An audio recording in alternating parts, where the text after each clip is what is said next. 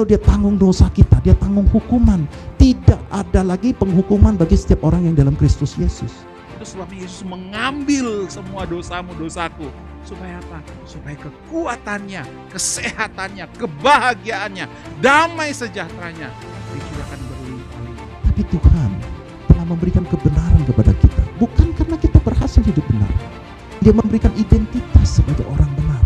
Dan dia ngomong, cukup dengan identitas itu. Kamu itu orang benar. Dan doamu itu besar kuasanya. Tapi waktu kita mengarahkan pikiran pandangan kita kepada Yesus, dia tidak terbatas, dia pasti tolong, dia pasti berkati, dia pasti pulihkan kehidupan kita. Percaya, katakan amin.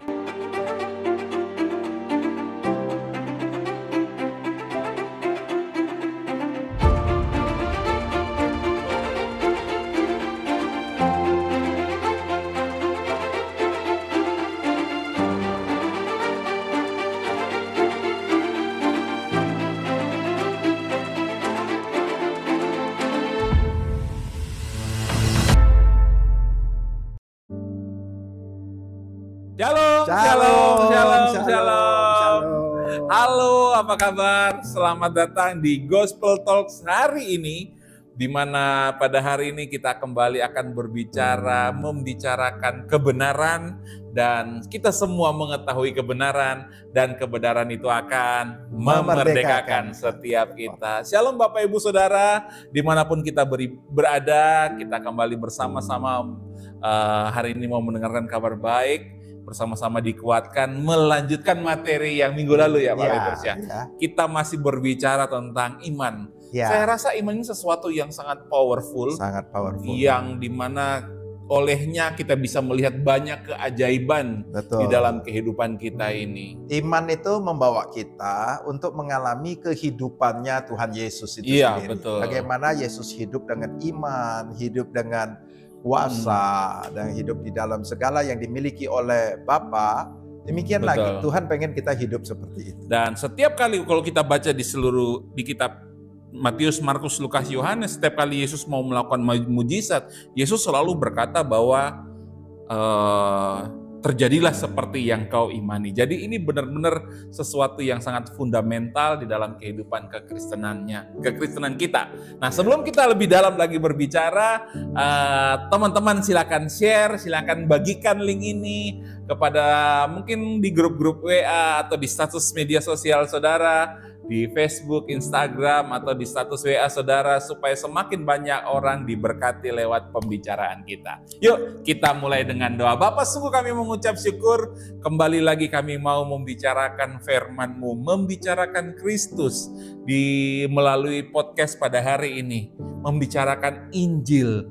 Karena sampai hari ini kami percaya bahwa Injil adalah kekuatan Allah yang menyelamatkan setiap orang yang percaya. Itu sebabnya Tuhan, kami mau mendengar berita Injil, kami mau melihat keselamatan, dan kami mau percaya bahwa sampai hari ini Engkau setia, Engkau mengasihi kami. Engkau berkati mengurapi kami Tuhan, dalam setiap pembicaraan ini boleh menjadi berkat. Kapanpun, dimanapun kami menyaksikan acara ini, kami boleh dikuatkan, kami boleh diberkati. Setiap orang yang mendengarkan boleh melihat keselamatan yang datang dari Yesus, dan kami hidup dari iman kepada iman seperti yang Kau inginkan dalam hidup kami. Pengurapan-Mu atas kami mulai di dalam nama Yesus. Haleluya. Amin. Amin, amin, amin. Apa kabar Pak Petrus? Kita tos dulu. Luar biasa. Puji Tuhan ya. Hari ini kita di bulan Paskah. Ya, kita akan membicarakan banyak hal tentang kasih Tuhan di dalam kehidupan kita, tetapi yang paling penting adalah bagaimana kita mengimani setiap apa yang Yesus kerjakan di dalam kehidupan kita. Nah, minggu lalu kita sudah bahas iman timbul dari pendengaran firman Kristus, rema Kristus. Dan hari ini apa yang akan kita bahas, Pak? Ya, jadi kita akan melanjutkan materi iman ini. Kan kita ada di dalam area ketiga dari dampak yang hidup baru dalam Kristus. Ya, dari hidup baru ini kan seperti ini kan. Yang ketiga itu adalah tentang dimensi hidup kita ini adalah di dalam kerajaan sorga. Betul. Nah, di dalam kerajaan sorga ini mata uang yang berlaku satu-satunya adalah iman. Jadi untuk mendapatkan segala sesuatu yang ada dari Tuhan itu harus tidak bisa tidak, harus menggunakan iman. Oke, saya perjelas dulu Pak.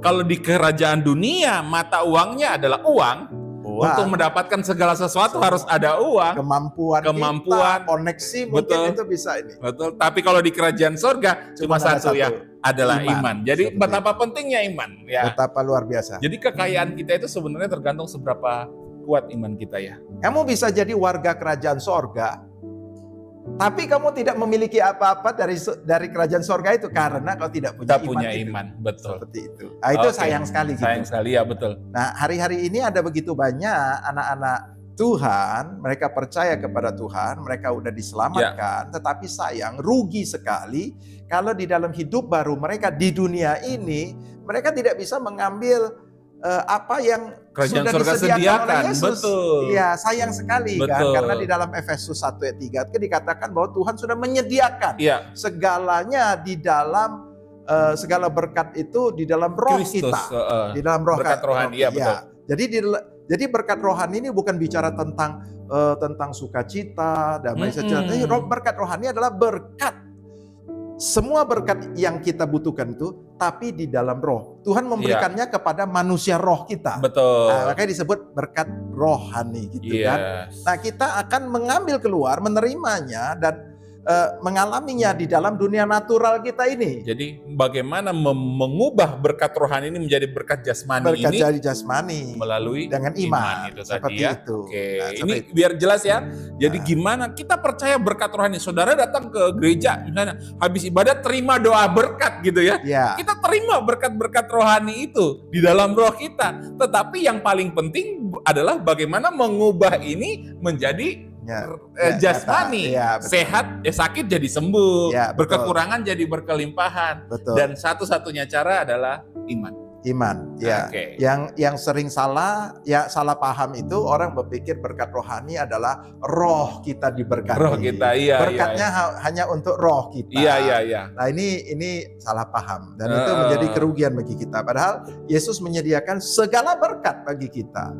Semua berkat yang tertulis dalam Ulangan pasal 28. Karena Yesus adalah satu-satunya manusia yang berhasil hidup sesuai hukum Taurat dan dia tidak pernah hidup dalam dosa, maka semua berkat itu dimiliki oleh dia. Amin. Nah, dia telah memberikannya kepada kita, kepada roh kita, manusia baru kita. Dia memberikannya kepada manusia baru kita. Iya.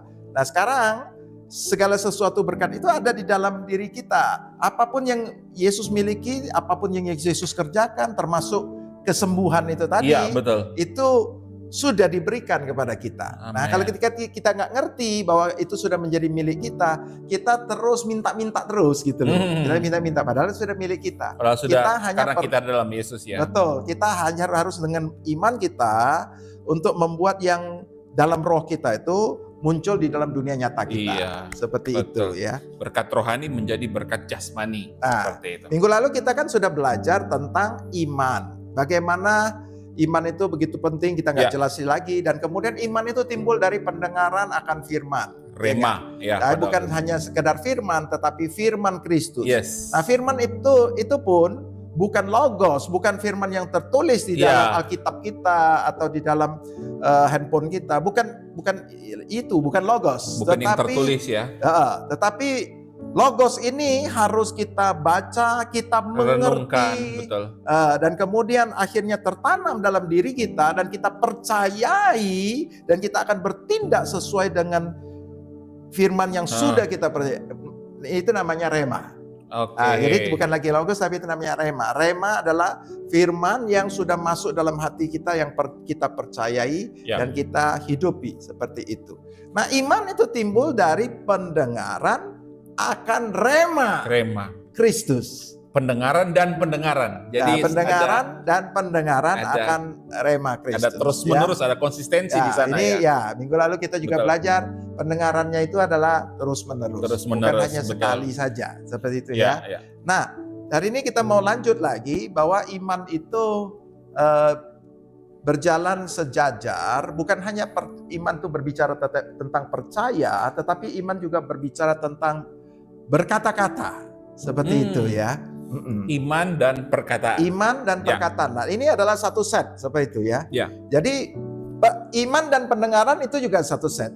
Dari mendengar kita muncul iman. Betul. Dari iman kita muncul perkataan. Betul. Ya enggak? Jadi kalau pendengarannya ngawur-ngawur, maka imannya nggak ada.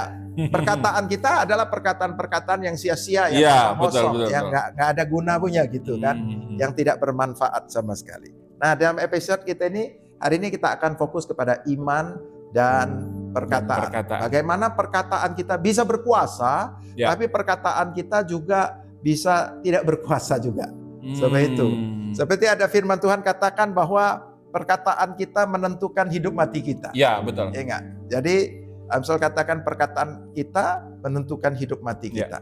Nah, juga hidup ada dan mati dikuasai oleh lidah. Siapa yang suka memakan buahnya. Jadi hidup mati kita tergantung dari perkataan kita. Nah, Yesus pernah berkata juga bahwa dengan ucapanmu kau akan dibenarkan. Iya, betul. Tapi dengan ucapanmu kau akan dihukum. Iya, betul. Nah, jadi sekarang bagaimana ucapan kita, perkataan kita?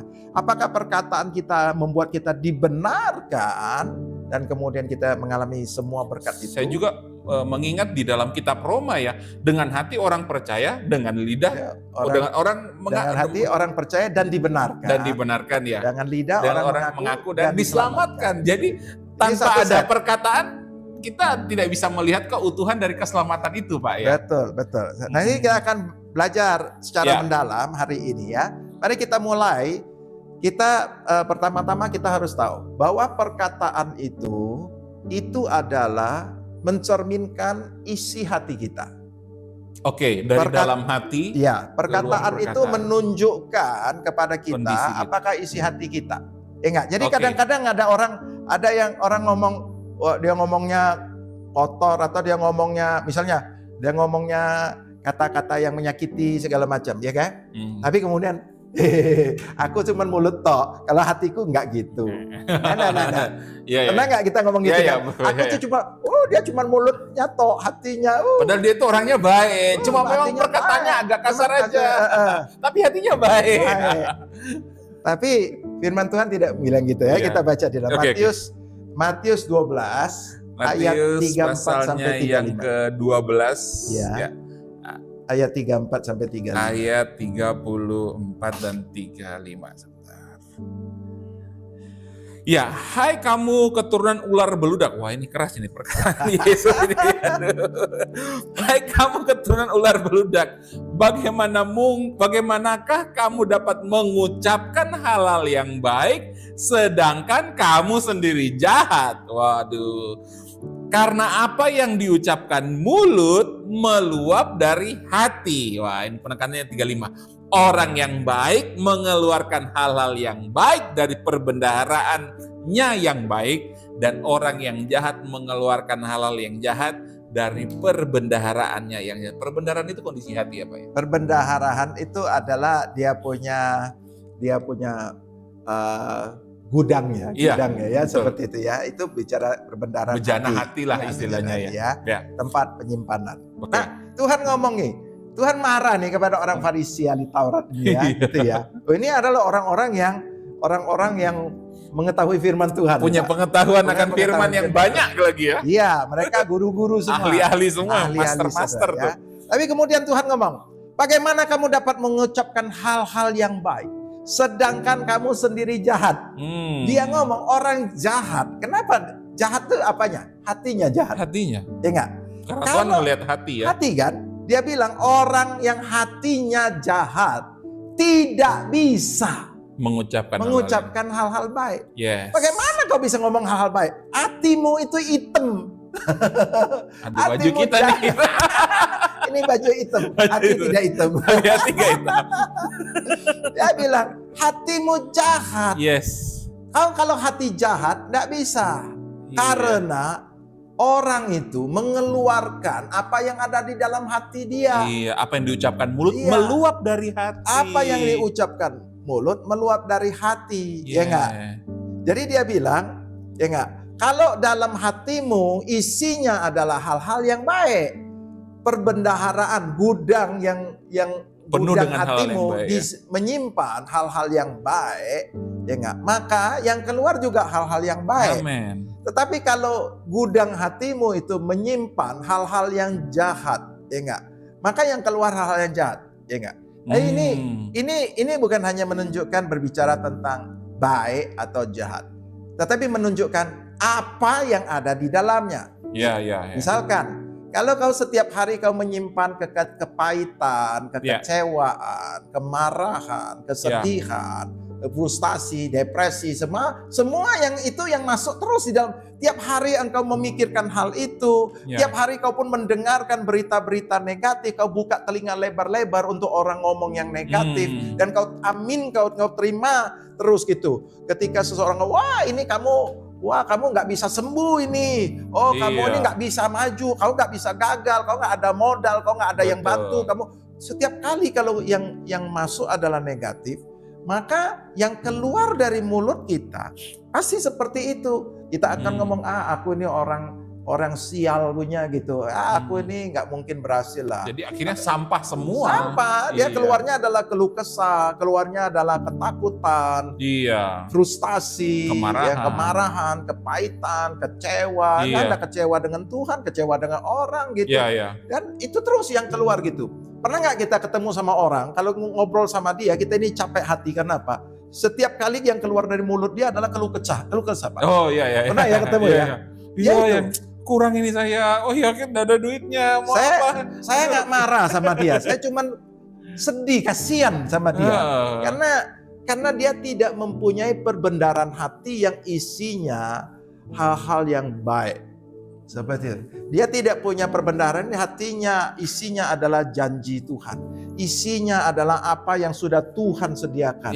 Dia nggak punya seperti itu.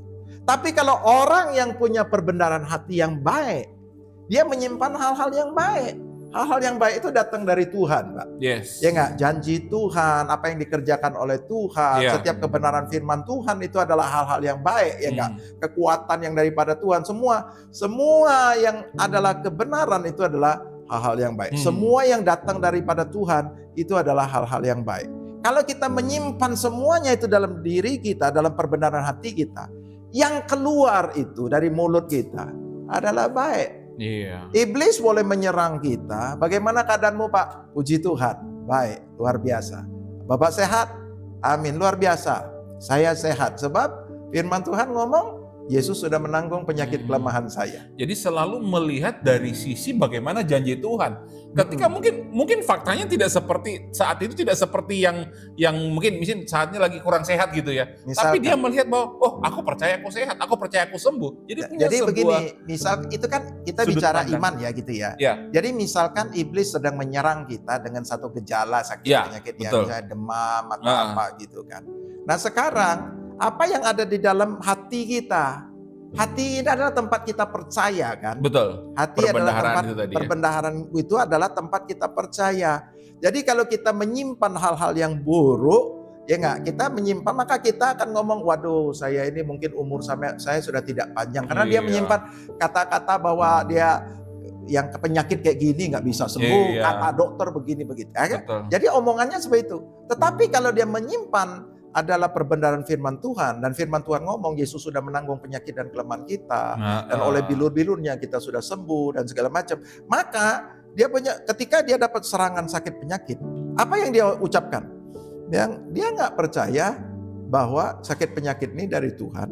Dia nggak percaya bahwa dia masih harus menjalani sakit penyakit, dan dia menolak semua ini. Dia bilang, aku sehat.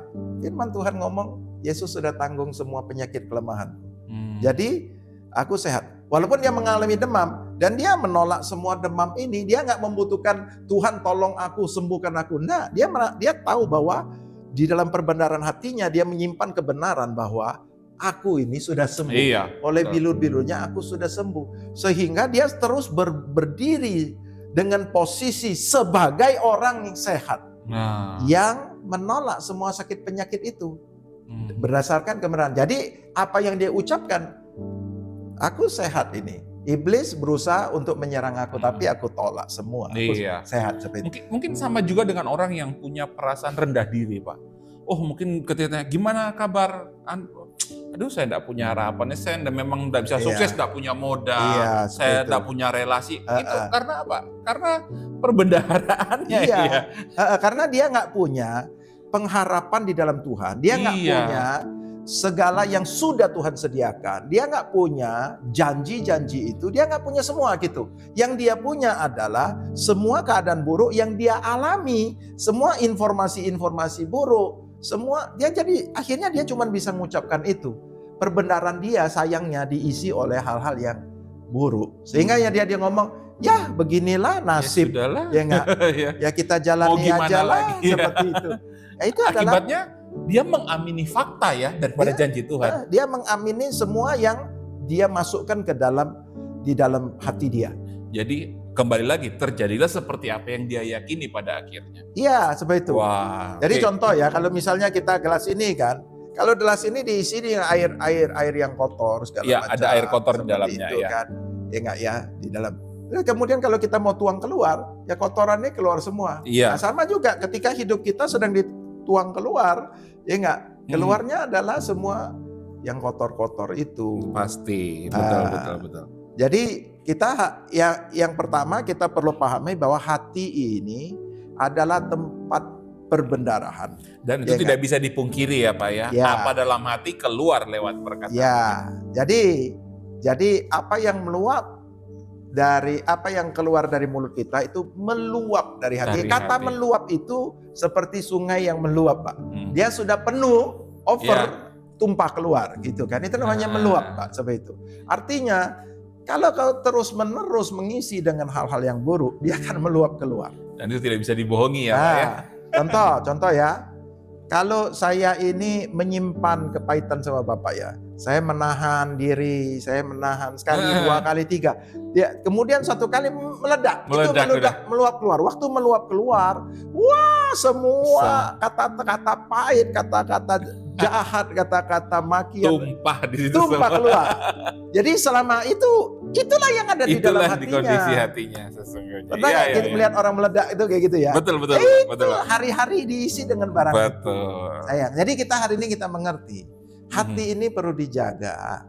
Jangan biarkan hati ini menjadi perbendaharaan untuk menampung hal-hal yang negatif. Ingat. Yes. Saya nggak suka mikirin hal-hal yang negatif terus gitu. Karena apa? Saya nggak mau membiarkan hati saya diisi dengan negatif. Seperti itu. Nah, untuk itu Pak, kita perlu pahami. Jangan biarkan hati kita diisi dengan hal-hal negatif. Apa yang mau kita isi? Kan iman timbul dari pendengaran akan firman Kristus. Betul nggak? Akan rema Kristus. Tapi cara yang sama berlaku juga. Ketakutan, kekhawatiran, segala macam juga timbul dari pendengaran juga. Ya betul, panca indera kita. Jadi waktu kita terus mendengar berita-berita yang menakuti diri kita, berita informasi, entah itu apapun itulah, fakta-fakta, krisis. Iya. Atau kita berkumpul sama orang-orang yang buruk ya gitu ya. Maksudnya mereka yang nggak punya iman, tiap hari ngomong gosip tentang cerita tentang hal-hal yang buruk, yang pesimis gitu. Tiap hari kata-katanya penuh dengan makian, umpatan, caci maki, dengan keluh kesah segala macam. Kalau kita tiap hari bergaul dengan orang-orang seperti itu, maka yang kita dengar adalah seperti itu, dan itulah yang tersimpan dalam hati kita. Dan akibatnya kita pun akan ngobrol, mengucapkan kata-kata sama seperti mereka yang isinya kotor semua, negatif. Jadi di saat yang sama kita membiarkan perbendaharaan kita diisi dengan yang sampah-sampah. Dan kemudian kita juga mengeluarkan akibatnya karena perbendaharannya terisi sampah, keluarnya juga sampah. Itu hal-hal yang negatif. Itu sebabnya Amsal berkata, jagalah hatimu dengan segala kewaspadaan. Karena dari situ terpancar kehidupan. Artinya kondisi hatimu menentukan hidupmu. Iya, betul. Ya nggak, karena itu akan meluap ke perkataan kita. Waktu kita meluap keluar dari perkataan kita, itu didengar oleh 3 alam. Didengar oleh kita, didengar oleh Tuhan, didengar oleh setan. Si jahat seperti itu. Jadi kita harus mengerti. Nah, sekarang setelah kita pahami bahwa hati ini menjadi sesuatu yang sangat penting, maka kita harus tahu juga Yesus mengajarkan bahwa hati ini adalah tempat tinggal firman Tuhan. Tempat Ya. tinggalnya rema itu. Betul. Iman timbul dari pendengaran, pendengaran akan rema Kristus. Ya enggak? Bukan logos ya. Saya Betul. tadi sudah jelasin gitu Betul. ya. Jadi iman timbul dari pendengaran, pendengaran akan rema. Rema itu adalah sesuatu yang kita mengerti, yang masuk dalam hati, yang kita percayai dan kita akan hidupi. Seperti itu kan. Nah itu, rema itu diamnya di mana? Di dalam hati. Dalam hati. Jadi timbul dari pendengaran, pendengaran akan rema, rema itu harus tersimpan di dalam hati. Jadi hati kita tuh menampung logos itu, menampung firman itu, rema itu. Ya enggak? Rema itulah yang menjadi modal untuk kita berkata-kata. Ya enggak? Kita berkata-kata berdasarkan rema yang kita miliki. Ya enggak? Kita kan mendengar, memasuki dalam hati kita, ini perbendaharaan itu menampung hal yang baik. Hal yang baik itu adalah apa? Adalah rema itu. Rema itu adalah firman Tuhan yang powerful, yang berkuasa, yang mencipta segala yang dimiliki oleh Yesus itu. Rema itu tinggal di dalam hati kita. Mungkin inilah yang dimaksud dengan pemazmur, bahwa kita harus merenungkan firman Tuhan siang dan malam. Jadi kita terus memikirkan, merenungkan rema firman itu, maka itulah yang akan tinggal dalam perbendaharaan hati kita. Seperti itulah proses merenungkan firman ya Pak ya. Betul sekali. Hal yang sama juga Tuhan ucapkan kepada Yosua. Ya, betul. Dia ngomong, kuatkan dan teguhkan hatimu. Sebab ini bangsa yang parah, punya bangsa yang tegar tengkuk. Kita bilang tegar tengkuk. Kuatkan dan teguhkan hatimu ya. Tapi kemudian dia suruh Yosua itu untuk jangan lupa memperkatakan firman Tuhan. Karena firman Tuhan itu adalah powerful. Firman Tuhan yang mencipta. Ya enggak? Jadi perkataan kita mungkin tidak berkuasa, perkataan kita mungkin bisa sampah. Tapi waktu kita memperkatakan firman Tuhan yang sudah jadi rema, makanya dia ngomong, jangan lupa memperkatakan, renungkan siang dan malam. Karena apa? Waktu kita merenungkan itu akan menjadi dari logos menjadi rema itu tadi. Dan ketika sudah jadi rema itu, itulah powerful. Hidupmu akan berhasil dan beruntung. Akan berhasil beruntung. Karena apa? Karena rema firman Tuhan ini yang mengerjakan, yang berbuah itu, ya enggak ya? Sama seperti ketika Yesus berhadapan dengan iblis ya. Yesus mengalahkan iblis lewat apa? Ada tertulis. Betul. Firman menjadi rema. Nah, jadi itu yang pertama. Yang kedua itu bahwa hati kita menjadi tempat yang subur untuk firman Tuhan. Ya, kalau kita baca Matius 13, kita nggak akan bahas sepanjang pasal itu. Tapi Matius 13 itu menceritakan tentang bagaimana benih yang adalah firman Allah, dijelaskan di situ ya. Benih itu adalah firman Allah, itu ditaburkan ke dalam tanah hati ya. Hati kita ya, digambarkan sebagai tanah. Dan di situ dalam Matius 13 dijelaskan ada 4 jenis tanah, ya enggak, 4 jenis kondisi hati kita, ya enggak. Dan dari 4 jenis itu hanya 1 jenis saja yang bisa menghasilkan buah, yang membuat benih ini berbuah. Ya. Dari 4 jenis itu ada hati yang keras, ada hati yang tidak penuh semak belukar. Bukan, yang kedua itu adalah yang tidak berakar dengan baik, gitu ya. Dia menerima dengan itu, tapi ketika ada sedikit serangan terhadap firman itu, maka orang itu menjadi murtad. Artinya dia terima tetapi dia tidak berakar. Ya enggak? Yang ketiga adalah hati yang ada banyak tipuan, godaan, tekanan, sebuah yang membuat firman ini tidak bisa menghasilkan buah. Dia memang tadi sudah bertumbuh tapi dia tidak bisa menghasilkan buah. Tetapi tanah yang bersih, yang tidak ada semak belukar, yang disirami dengan baik, sehingga benih itu bisa bertumbuh dengan baik dan menghasilkan buah. Nah, ini saya mau bagikan begini. Yang menjadi problem itu adalah tanah. Benihnya itu berpotensi menghasilkan buah di semua hati. Benihnya itu selalu bagus. Benih firman itu selalu bagus. Ya. Dia berpotensi menghasilkan buah 100 kali lipat di semua hati, semua manusia. Semua kondisi ya. Ya enggak? Di semua hati. Jadi manusia yang manapun dapat benih itu, itu bisa menghasilkan begitu. Sesuai dengan apa yang firman Tuhan itu katakan, itulah benihnya kan. Namun ada kondisi-kondisi hati yang membuat benih itu tidak bisa bertumbuh dan berbuah. Pada akhirnya tidak bisa berbuah. Iya, jadi yang menjadi problem itu adalah kondisi hatinya. Jadi kalau kita biarkan kondisi hati kita keras, kondisi hati kita yang tidak berakar, artinya tidak benar-benar siap untuk firman Tuhan, nerimanya dengan terus-menerus dipupuk, dipupuk, disirami gitu. Itu tidak bisa. Atau kita biarkan juga ada serangan-serangan dari luar itu mau merusak, ya kan? Jadi kita harus melindungi benih ini supaya dia boleh tertanam di dalam dan dia boleh sampai berakar dan kemudian berbuah, dan kita babatlah semak belukar yang semak yang menghimpit, kita babat aja sampai sehingga dia nggak ada yang dihimpit lagi. Betul. Ketika benih ini bertumbuh dengan sehat karena kita menjaga tanah kita dengan baik, maka dia akan berbuah 30, 60, 100 kali lipat. Ya. Nah, jadi ada orang ngomong gini, saya ini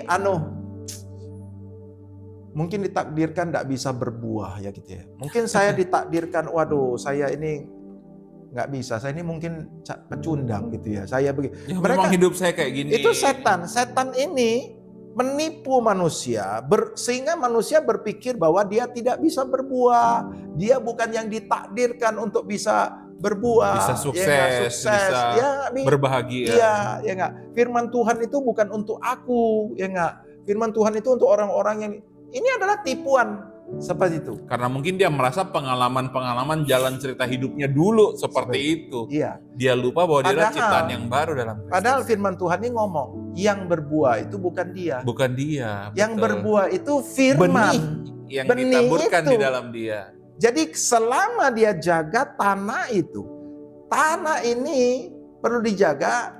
Tanah ini adalah tempat tumbuhnya benih. Betul. Jadi ya ini adalah hati. Hati itu tempat tumbuhnya benih firman. Yang bertumbuh adalah firman. Benih itu tadi. Yang menghasilkan adalah benih firman. Betul. Yang berbuah itu adalah firman. Bukan hatinya. Tanahnya. Bukan hatinya. Jadi kalau kita menuduh diri kita, saya nggak bisa berbuah, saya begini, saya begitu. Ini tertipu, sayang sekali ya. Jadi kita perlu memahami bahwa apakah itu termasuk tanah yang keras yang orang yang model kayak gitu, Pak? Jadi dia mengeraskan hatinya, akhirnya dia sudah berpikir, ya memang sudah nasibku seperti ini. Itu ya bisa kondisi hati seperti kondisi hatinya seperti apa? Dia sudah mungkin sudah beku kan, karena mungkin masa lalu dan lain sebagainya. Iya. Jadi yang perlu kita lakukan adalah kita jaga hati kita supaya jangan keras, tapi hati kita ini bisa betul-betul siap menerima firman Tuhan. Ya enggak? Seringkali gini, kita nggak bisa terima firman Tuhan karena kita tidak mempersiapkan. Contoh ya, kalau seseorang pergi gereja, tiap hari di gereja saat firman Tuhan ditaburkan, dia main game, Mbak, main HP, Mbak, dia chatting, dia main game, dia nonton ini, TikTok segala macam, sehingga benih itu tidak masuk ke dalam hati itu, tidak tertanam dengan baik, ya enggak? Dan padahal benih itu firman Tuhan itu tidak direnungkan, tidak diulangi, direnungkan, akibatnya dia tidak berakar. Berakar. Jadi kita perlu, makanya firman Tuhan itu perlu direnungkan, sehingga itu menjadi rema. Betul. Supaya jadi rema kan. Kayak pendengaran tidak bisa cuma sekali doang. Seperti itu. Ya enggak, kamu harus renungkan itu siang dan malam. Siang dan malam. Ya enggak, bukan renungkan sekali, renungkan siang dan malam, besok siang dan malam seperti itu. Tapi ironisnya, lucunya gini, Pak. Orang datang kalau dengar khotbah, itu pulang itu langsung lupa. Coba kalau nonton film apa segala, itu biar 1 tahun, 30 tahun ke belakang masih ingat ke ceritanya. Kok aneh gitu ya. Itulah kata firman Tuhan itu, benih itu bisa dicuri. Waktu kita tidak memahaminya, di dalam Matius 13 ayat 19, ketika seseorang tidak mengerti akan firman yang ditaburkan itu, maka datanglah si jahat itu dan mencuri itu. Ya udah enggak ngerti masih dicuri. Sampai itu. Itu berarti dalam firman ini adalah sesuatu yang sangat powerful. Makanya iblis ambil itu. Powerful. Dia takut itu bisa menghasilkan. Betul. Ya enggak? Jadi dia terus merusak hati kita. Coba lihat cara kerja iblis ya. Tadi kita udah belajar. Hati adalah tempat tinggal si benih. Tanah itu ya. Yang bertumbuh adalah benih. Benih itu. Yang menghasilkan benih. Adalah benih. Yang mengeluarkan kuasa itu benih. Benih. Powerful. Itu adalah benihnya ya, firmannya. Yes. Hatinya enggak kan? Betul. Tapi hati adalah tempat benih itu bertumbuh. Ketika hatinya tidak dijaga dengan baik, benihnya nggak bisa bertumbuh dan menghasilkan kan? Jadi yang dirusak oleh iblis apa? Hatinya. Jadi benihnya dicuri, hatinya dirusak. Waduh. Hatinya dirusak supaya nggak bisa bertumbuh dan menghasilkan. Benih itu tidak bisa menghasilkan. Iya. Seperti itu. Jadi makanya ada banyak orang yang hatinya membiarkan hatinya tetap keras, pahit, kecewa, ya enggak. Terus tidak rindu akan benih, terus tidak rindu akan firman. Itu adalah sesuatu yang paling disenangi oleh iblis. Karena apa? Karena hidup orang itu pasti tidak berubah. Tidak ada benih yang akan mengubahkan, yang akan berbuah dan memberkati orang itu. Jika saudara mendengarkan tayangan pada hari ini, kami menghimbau saudara untuk melembutkan hati saudara. Terimalah firman, terimalah gospel, terimalah kabar baik ini dalam hati saudara. Karena yang iblis curi dari hati saudara adalah firman Tuhan. Saya mau cerita Pak, saya mendengar beberapa orang kemarin itu yang suka menyaksikan tayangan podcast kita ini. Dia bersaksi begini, masa iya sih Injil semudah itu, keselamatan semudah itu? Dia sulit untuk menerima karena saya tidak tahu alasannya kenapa sulit untuk menerima tuh. Masa iya sih hanya dengan percaya dan mengaku dengan mulut kita terima Yesus, kita menerima keselamatan hidup yang baru. Masa iya semudah itu? Tidak ada yang perlu kita harus perbuat dan lain sebagainya. Sulit mereka untuk percaya. Apakah mungkin ini contoh orang yang terlalu ini saya dengar langsung Pak, ada beberapa orang yang bercerita karena suka menyaksikan podcast kita. Saya kasih satu cerita ya. Ini baru tadi waktu saya lagi di rumah, waktu saya lagi merenung, tiba-tiba Tuhan itu mengajar saya begini. Tuhan mengajar saya begini.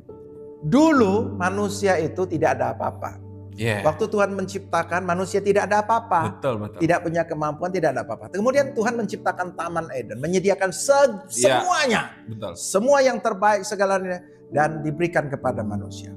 Manusia tidak pernah dihakimi, tidak pernah ini. Semuanya menjadi baik. Tapi kemudian manusia ketemu sama si jahat. Setan iblis itu dosanya apa Pak? Ingin menyamai Tuhan. Oh ya. Betul ya? Menjadi sama dengan Tuhan. Dia iblis itu ingin menyamai Tuhan. Akhirnya dia dilempar keluar. Nah kemudian si jahat ini dia mendatangi Hawa. Apa yang dia omongin kepada Hawa? Kamu akan sama seperti Tuhan kalau kamu makan buah pengetahuan. Dia membawa dosanya itu kepada manusia. Iya. Manusia itu tidak pernah dihakimi oleh Tuhan, tak pernah di ini. Iya. Tapi kemudian manusia ini kemudian mengikuti, mau jadi sama seperti si Allah, mau menjadi Allah, sama seperti Allah gitu, sama seperti si setan itu. Sama seperti tipu si daya itu, ya, yang dia alami kan. Dan apa yang terjadi?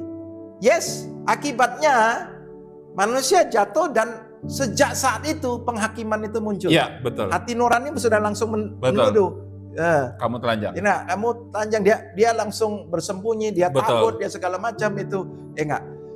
Itulah manusia.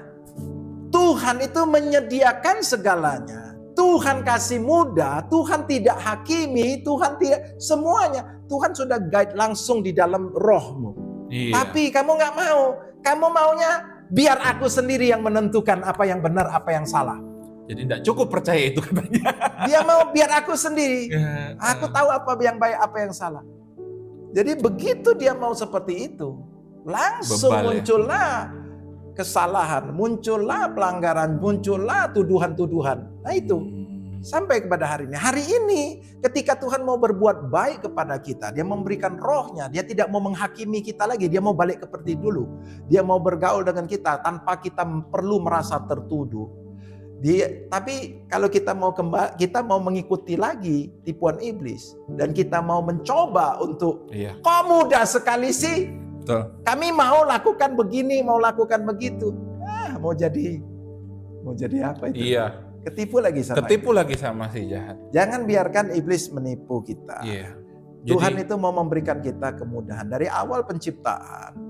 Itulah yang Tuhan mau sediakan. Ya, yang pernah kita bahas beberapa waktu lalu, Tuhan mau kasih yang gampang, kita maunya susah. Begitu dapat yang susah, kita salahkan Tuhan.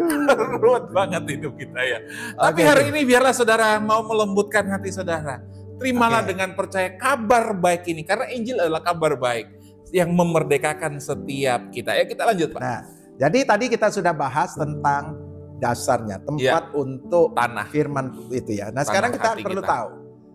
Kan iman timbul dari pendengaran akan itu kan. Kristus, ya. Nah, sekarang iman itu kita dengar dari pendengaran itu masuk ke dalam hati kita dan kemudian dia mulai berbuah gitu ya. Muncullah iman dari pendengaran itu kan. Dan kemudian iman ini haruslah diperkatakan. Oke. Iman dan perkataan itu adalah satu set. Ya enggak? Apa yang kau percaya kau harus deklarasikan. Nah, kayak tadi di dalam Roma 10 ayat 10 tadi kan. Dan karena dengan hati orang percaya dan dibenarkan, dan dengan mulut orang mengaku dan diselamatkan. Jadi selain kau percaya, kau perlu deklarasikan. Deklarasimu itu penting supaya si setan tahu apa yang kau percaya. Ya, 3 dimensi itu tahu supaya tadi ya. Supaya kamu sendiri tahu apa yang kau percayai. Seperti itu. Dan Tuhan tahu kamu percaya. Jadi ibaratnya begini, antara iman dan perkataan itu ibarat makan dan minum. Kita makan ya kudu minum. Kita itu ya seperti itu ya. Makan dan itu sejajar itu perlu gitu ya. Kita punya iman, kita juga harus berkata-kata. Ya enggak. Kadang-kadang iman tidak diperkatakan karena dia ragu. Oke. Dia ngomong dia percaya tetapi dia ragu untuk memperkatakan. Tapi Paulus mengajarkan kepada kita dalam 2 Korintus 4 ayat 13, Pak. Ya. 2 Korintus 4 ayat yang ke-13 sebentar.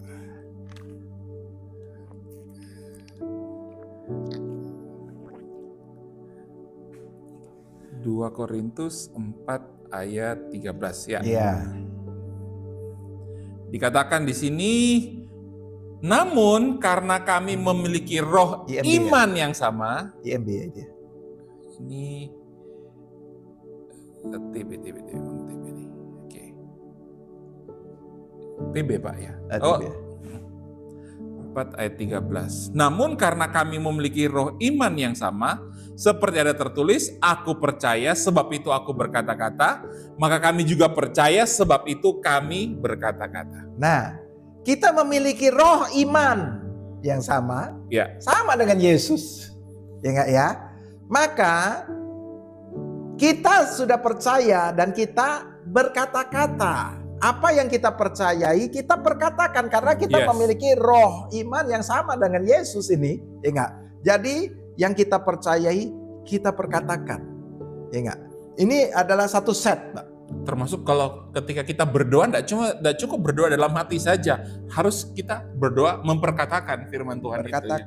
Nah, ketika seringkali yang terjadi pada anak Tuhan adalah dia percaya tapi dia tidak berani berkata-kata. Misalkan, aku percaya.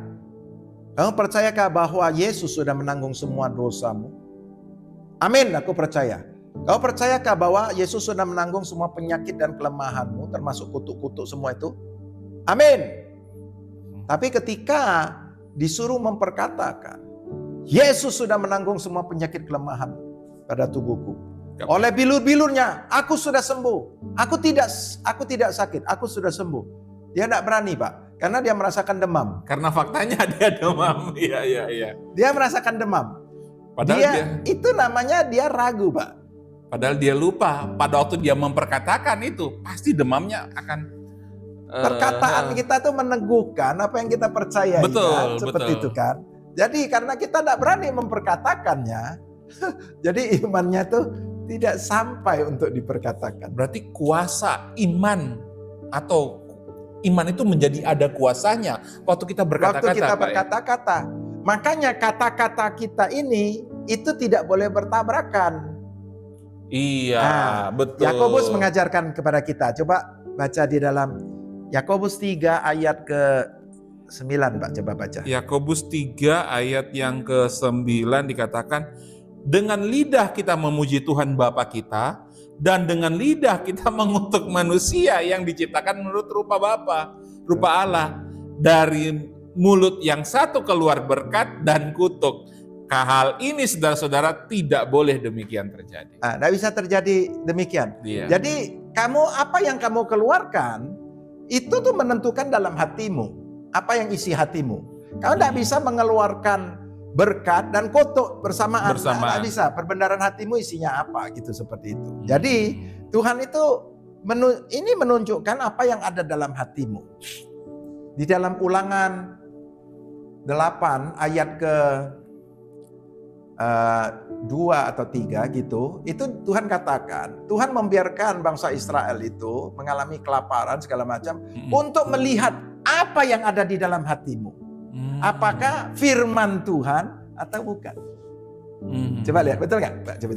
Ulangan pasalnya 8, ingatlah kepada seluruh perjalanan ayat 2. Ini ayat 2 dan 3, ya. Ingatlah kepada seluruh perjalanan yang kau lakukan atas kehendak Tuhan Allahmu di padang gurun selama 40 tahun ini dengan maksud merendahkan hatimu dan mencobai engkau untuk mengetahui apa yang ada dalam hatimu, yakni apakah engkau berpegang pada perintahnya atau tidak. Nah, seperti itu. Jadi hati kita ini isinya apa? Nah, ini akan meluap keluar kan, Pak, gitu kan? Meluap keluar, isinya apa gitu. Pada saat kamu sedang mengalami cobaan, kamu sedang lagi kekurangan, kamu sedang lagi kelaparan, apa yang keluar dalam hatimu gitu. Nah, perkataan-perkataan kita ini menentukan di hadapan Tuhan. Karena Tuhan melihat, untuk melihat apa yang ada dalam hatimu. Bagaimana lihatnya? Yaitu waktu kau keluarkan dalam perkataanmu, kau sudah menunjukkan apa yang ada dalam hatimu. Ya enggak, seperti itu. Jadi Tuhan mau supaya kita tuh memahami, ya enggak, bahwa apa yang kau keluarkan itu kamu jaga baik-baik. Jangan sembarangan, karena kamu itu mempunyai kuasa untuk memproduksi. Dari hatimu tuh keluar perkataan dan berkat itu tidak bisa. Kenapa dia ngomong itu? Dari lidah itu mengeluarkan berkat dan kutuk. Artinya lidahmu itu bisa menghasilkan berkat. Tapi lidahmu juga bisa menghasilkan kutuk. Jadi lidahmu begitu powerful. Lidah perkataan menghasilkan. Itu ya. Seperti itu. Makanya saya temukan ayat di Bilangan 14 ayat 28. Seperti apa yang kau katakan di hadapanku, demikianlah kulakukan kepadamu. Nah, seperti itu. Karena bangsa Israel tiap hari bersungut-sungut minta mati, bilangnya mati.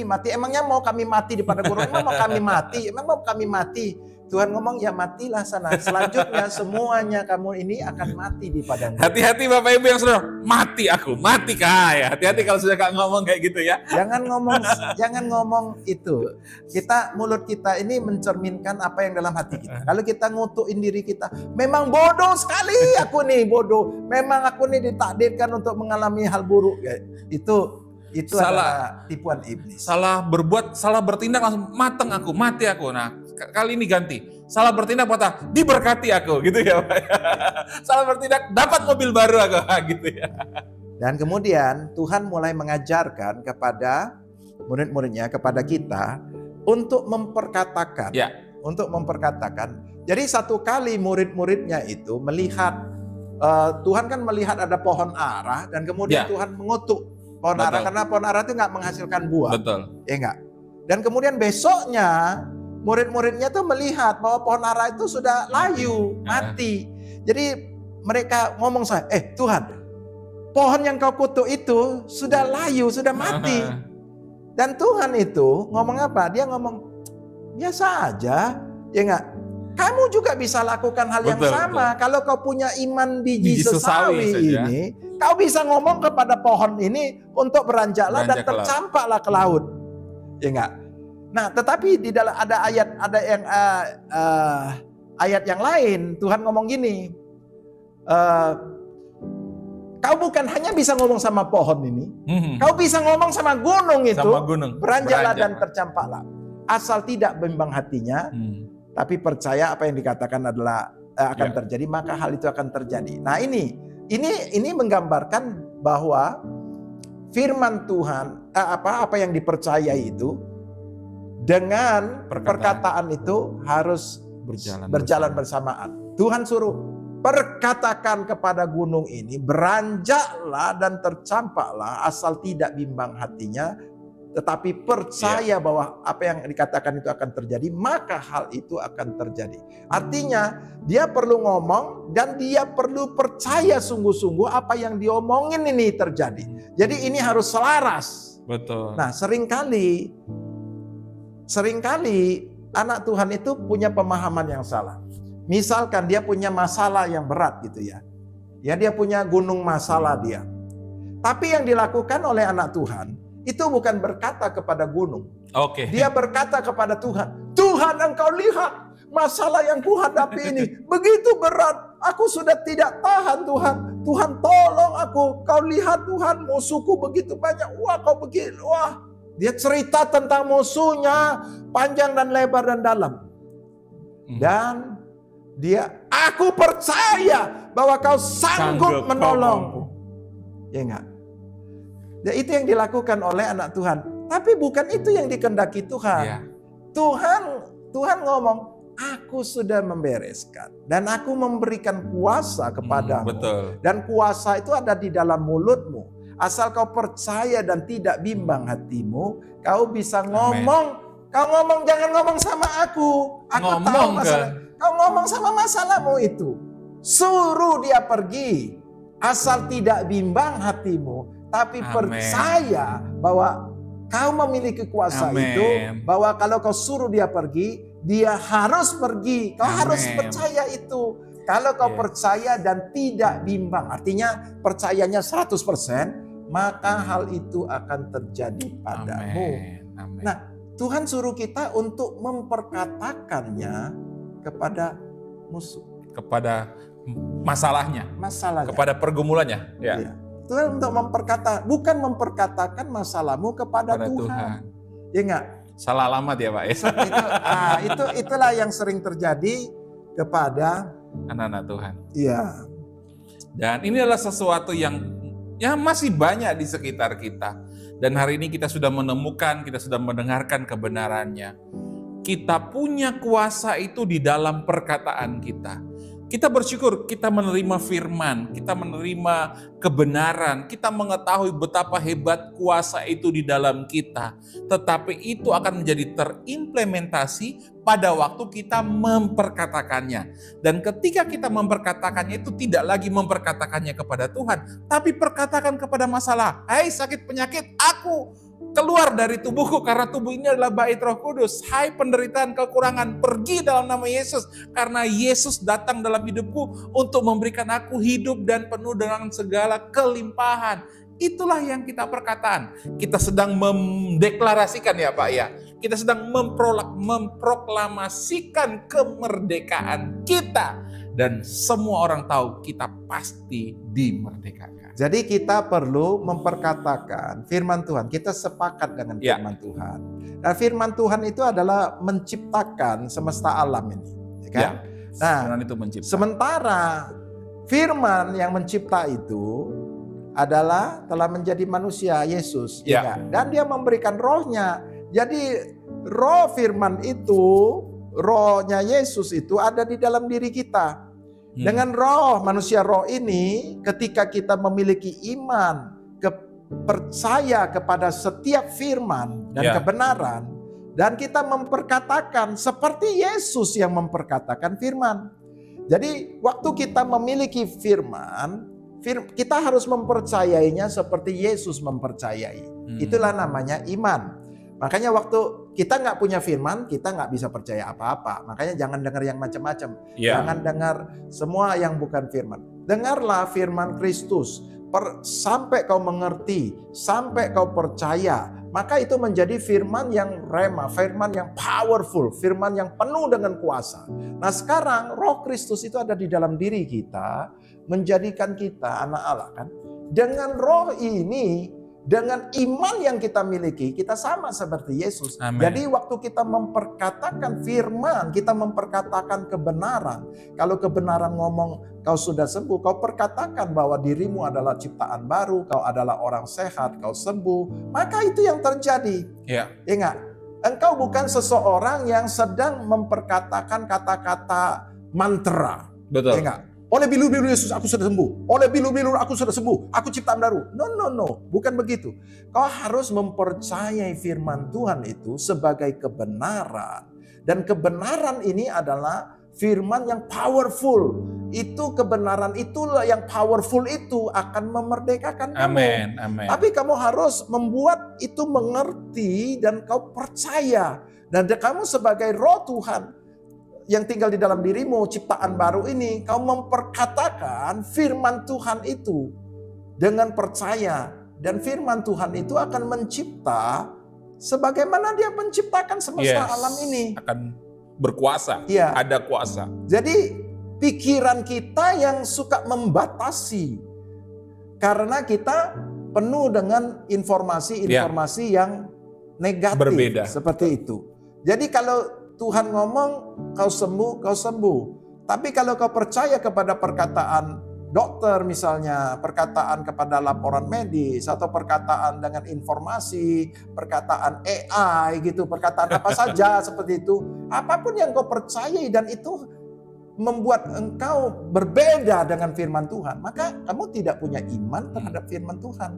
Kau harus punya iman dan kamu harus sepakat dengan Tuhan. Kamu harus percaya dan tidak bimbang dalam hatimu. Dan waktu kau memperkatakan, apapun yang kau perkatakan berdasarkan firman Tuhan, itu harus terjadi. Amin. Di dalam itu pasti akan terjadi. Amin. Masalahnya adalah apakah kau percaya? Nah itulah kita harus banyak mendengar rema itu sampai dia jadi rema, sampai dia tinggal dalam hati kita. Bejana hati kita akan meluap keluar dengan firman itu. Setiap kata yang keluar daripadamu adalah kata-kata yang powerful, kata-kata yang berkuasa. Dan hal ini juga Tuhan teguhkan. Tuhan bicara, contoh kita di dalam Matius tadi saya bacain ya, Matius 21 ayat 21 dan 22. Yesus jawab mereka, aku berkata kepadamu, sesungguhnya jika kamu percaya dan tidak bimbang, kamu bukan saja akan dapat berbuat apa yang kuperbuat dengan pohon ara itu, tetapi juga jikalau kamu berkata kepada gunung ini, beranjaklah dan tercampaklah ke dalam laut, hal itu akan terjadi. Dan, ada kata dan apa saja yang kamu minta dan doa dengan penuh kepercayaan, kamu akan menerimanya. Tuhan ngomong nih, perkataan ini bukan hanya sebatas kau ngomong sama pohon, kau ngomong sama masalah gitu. Bukan hanya sebatas itu. Itu juga benar. Itu pun akan terjadi. Tetapi juga termasuk di dalam doamu.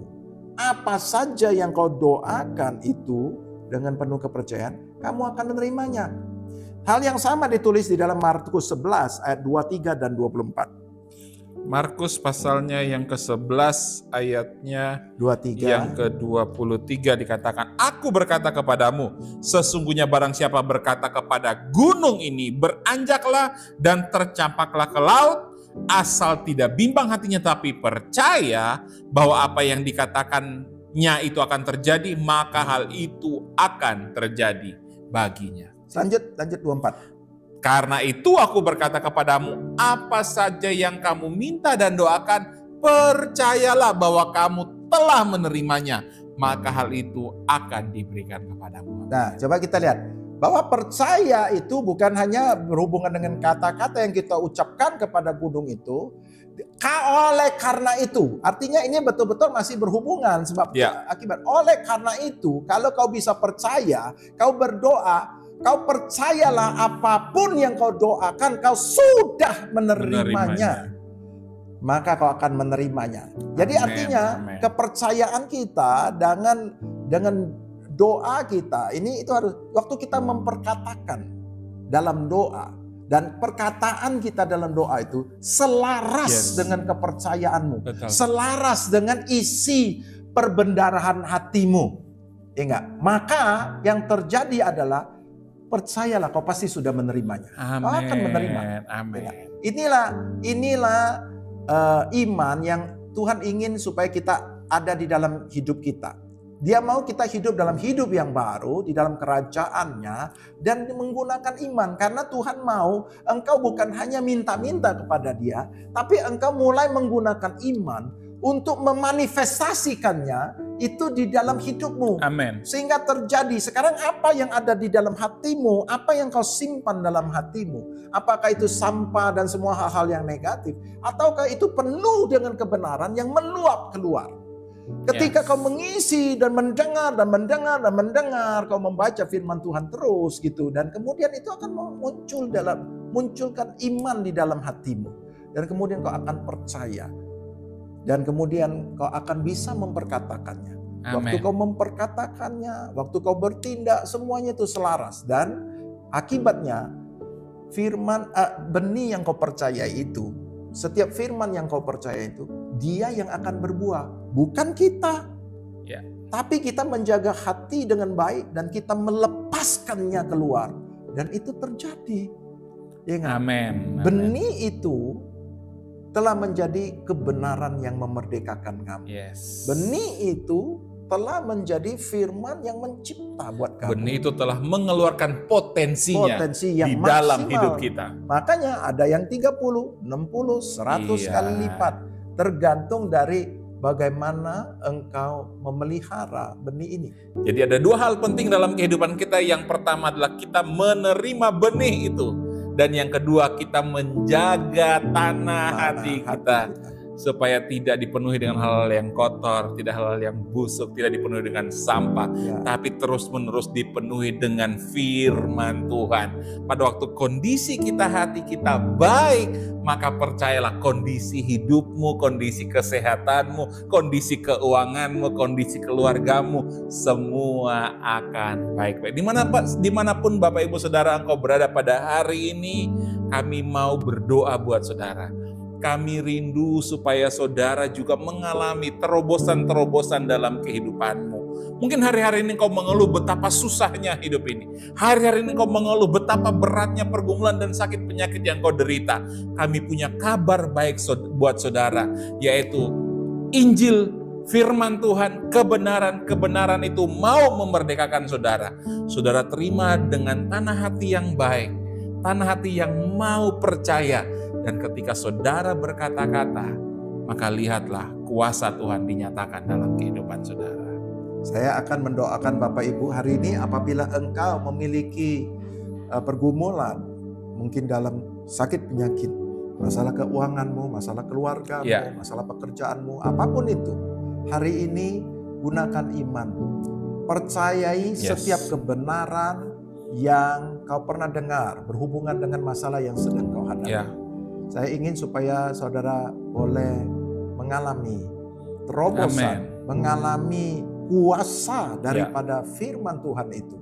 Kebenaran yang akan memerdekakan kamu. Saya akan berdoa buat saudara. Mari kita tutup mata kita dan kita berdoa. Bapa kami di sorga, saat ini kami bersyukur bahwa Engkau telah memberikan kepada kami firman-Mu, firman yang mencipta, firman yang memerdekakan setiap kami Tuhan. Tuhan, kami bersyukur Tuhan. Kami sudah boleh mengalami semua ini, tapi kami mau berdoa untuk para penonton yang sedang menonton ini Tuhan, tayangan ini Tuhan. Tuhan, Kau melihat kesesakan yang mereka alami, Kau lihat pergumulan mereka. Tuhan, Kau melihat masalah-masalah yang sedang mereka hadapi Tuhan. Tuhan, iblis hendak menyerang mereka dan tidak pernah berhenti. Tetapi saat ini kami menggunakan iman kami mematahkan semua tipu daya iblis. Kami mau deklarasikan bahwa setiap anak-anak Tuhan ini sudah dimerdekakan. Yesus sudah menanggung semua dosa dan semua konsekuensi atas dosa. Tidak ada lagi penghukuman buat mereka. Mereka adalah ciptaan yang baru. Mereka bukan lagi yang lama. Yang lama sudah berlalu. Sesungguhnya yang baru sudah datang. Semua keadaan mereka sekarang baru. Kesehatan mereka sekarang sudah sempurna. Semua penyakit sudah berlalu. Yesus sudah menanggung semua penyakit dan kelemahan mereka. Oleh bilur-bilur Yesus, mereka sudah sembuh. Saat ini kami berdoa untuk mereka yang sakit. Kami menolak semua sakit penyakit. Kami berdeklarasikan sesuai firman Tuhan bahwa oleh bilur-bilur Yesus, mereka setiap anak-anak-Mu sudah sembuh. Kami mematahkan semua sakit penyakit. Dan kau sakit penyakit, pergi, enyah, tinggalkan setiap tubuh mereka. Aku perintahkan dalam nama Tuhan Yesus Kristus. Tuhan, Engkau memberkati dalam seluruh kehidupan mereka sesuai dengan kekayaan kemuliaan-Mu Tuhan. Amen. Tuhan, terima kasih Engkau telah membebaskan mereka dari setiap kutuk. Ya. Hidup mereka tidak lagi dalam kutuk. Amen. Kami berdoa kiranya semua berkat kasih karunia yang limpah boleh dinyatakan tercurah dalam kehidupan Amen. mereka, dalam keuangan mereka. Engkau memberkati rumah tangga mereka, Engkau memberkati dalam segala aspek hidup mereka Tuhan. Terima kasih Bapa. Tuhan, kami minta kiranya Roh Kudus menolong mereka untuk mereka boleh terus mengisi perbenaran hati mereka dengan kebenaran firman Amen, Tuhan. amen, amen. Firman Tuhan itu biarlah boleh terus mengisi perbenaran hati mereka. Setiap hari mereka boleh mendengar dan mendengar dan mendengar akan Yes, kebenaran firman amen. Tuhan. Sampai firman Tuhan itu menjadi kebenaran. Sampai iman itu muncul pada diri mereka Tuhan. Dan mereka boleh melepaskannya di dalam perkataan dan tindakan mereka Tuhan. Sehingga setiap kebenaran-Mu dinyatakan, setiap berkat-Mu itu dinyatakan di dalam dunia natural mereka Tuhan. Terima kasih Tuhan, terima kasih Bapa. Dalam nama Tuhan Yesus Kristus kami berdoa. Amin. Bapak Ibu Saudara yang rindu menerima hidup baru dalam Kristus, hanya satu jalannya, yaitu kita menerima Yesus sebagai Tuhan dan Juru Selamat kehidupan kita. Pada waktu kita menerima Yesus sebagai Tuhan dan Juru Selamat, maka Dia memberikan hati yang baru. Dia memberikan roh yang baru. Nah, di dalam hati yang baru, dalam roh yang baru itulah benih itu ditabur, maka kita akan menghasilkan buah. Jika Bapak Ibu Saudara adalah orangnya yang membutuhkan karya keselamatan Kristus, yang membutuhkan hidup yang baru, hati yang baru, mari buka hati saudara. Saya ingin berdoa buat saudara. Ikuti saya berdoa. Bapa kami yang di surga, aku sangat mengucap syukur. Hari ini aku sudah menerima kebenaran betapa Engkau sangat mengasihiku. Dan hari ini aku membuka hatiku, membuka hidupku untuk menerima Yesus sebagai Tuhan dan Juru Selamatku. Yesus sudah mengambil dosa-dosaku, ditebus di kayu salib, dan kebenaran Kristus telah diberikan bagiku sebagai anugerah. Itu sebabnya hari ini aku percaya aku sudah diselamatkan. Hari ini aku percaya dosa-dosaku sudah diampuni. Aku ciptaan baru di dalam Tuhan Yesus Kristus. Aku mengucap syukur di dalam nama Yesus. Amin, amin, amin. Selamat datang di dalam kerajaan Allah. Selamat datang menjadi warga kerajaan Allah. Terus nikmati, terus dengarkan Gospel Talks, program ini. Supaya apa? Supaya kita semakin tanah hati kita, perbendaharaan hati kita semakin penuh dengan firman, Dan ketika meluap, kita berkata-kata, terjadi perkara-perkara yang ajaib. Jangan lupa bagikan link ini, bagikan kepada rekan-rekan, keluarga, saudara, posting di media sosial saudara, supaya semakin banyak orang diberkati, semakin banyak orang hidupnya diubahkan. Apabila Bapak Ibu mempunyai pertanyaan-pertanyaan, ada keraguan, ada kebingungan, Bapak Ibu, kami dengan senang hati akan membantu Bapak Ibu. Silakan hubungi kami di nomor yang tertera di depan Bapak Ibu, atau hubungi lewat Instagram kita, dan komen atau komen dalam postingan ini. Kami akan dengan senang hati membantu Bapak Ibu apabila Bapak Ibu mengalami kebingungan. Silakan hubungi kami.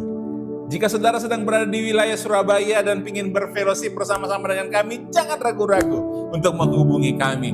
Karena kami rindu untuk memberitahukan kebenaran, supaya saudara mengetahui kebenaran, dan kebenaran itu akan memerdekakan kita. Sampai jumpa. Tuhan Yesus memberkati. Shalom, shalom, shalom. Terima kasih Pak Petrus. Luar biasa. Luar biasa.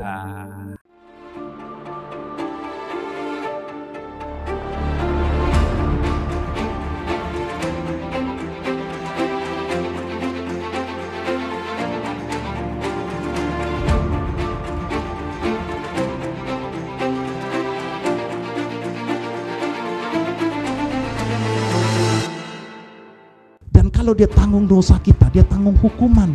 Tidak ada lagi penghukuman bagi setiap orang yang dalam Kristus Yesus. Itu sebabnya Yesus mengambil semua dosamu, dosaku.